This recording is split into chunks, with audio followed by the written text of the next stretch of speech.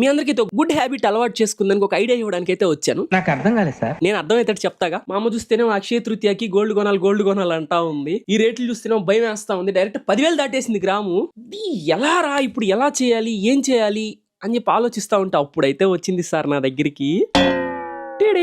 ఓ jar కాదు, jar app అయితే వచ్చింది. ఆ జార్ యాప్ మెయిన్ మిషన్ ఏంటంటే ప్రతి ఒక్క ఇండియన్ కి సేవింగ్స్ అనే ఒక అలవాటు చేయడం అనమాట. సేవింగ్స్ అనేది ఒక వెరీ గుడ్ హ్యాబిట్. ఏదో యాప్ అన్నాను కదా అని చెప్పి మళ్ళీ బెట్టింగ్ యాప్ అనుకోవద్దు. ఇది completely 100% against to betting apps అనమాట. ఇది చాలా సేఫ్. నేను దీన్ని మీకు ఎందుకు సజెస్ట్ చేస్తాను అంటే, ఇది ఆల్మోస్ట్ నేను బీటెక్ సెకండ్ ఇయర్ నుంచి వాడుతున్నాను ఈ జార్ యాప్ ని.